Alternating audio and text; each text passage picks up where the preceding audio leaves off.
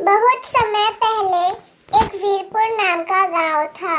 उस गांव में एक महादेव नाम का व्यक्ति रहता था। महादेव की दो बेटियां थी। बड़ी बेटी का नाम संजू था और छोटी का नाम सीमा। महादेव की पत्नी को गुजरे 1 साल हो गया था। महादेव का एक बड़ा सा खेत था। उस खेत वह ईख उगाता था।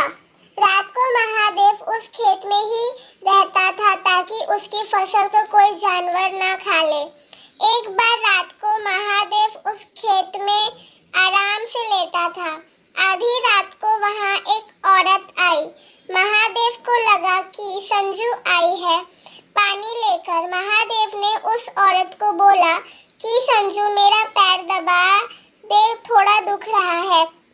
वो औरत ने बिना कुछ बोले उसका पैर दबा दिया और रात को कब चली गई महादेव को पता ही नहीं चला।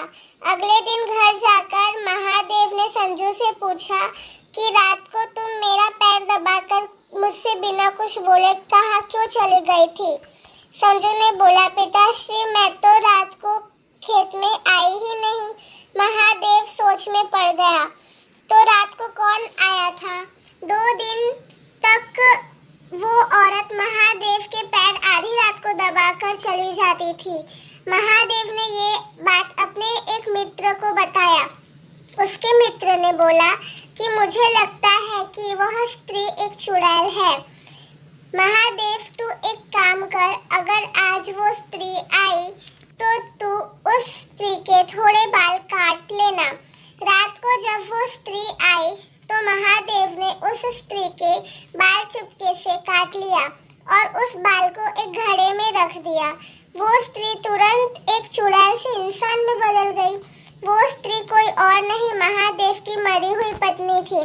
महादेव अपनी पत्नी को वापस देखकर बहुत खुश हुआ और उसे अपने घर ले गया।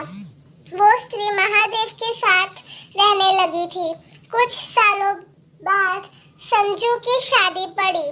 शादी के दिन स्त्री काम करते करते तहखाना में चली गई। वहां उसे घड़े में रखा वही आधा कटा हुआ बाल मिला।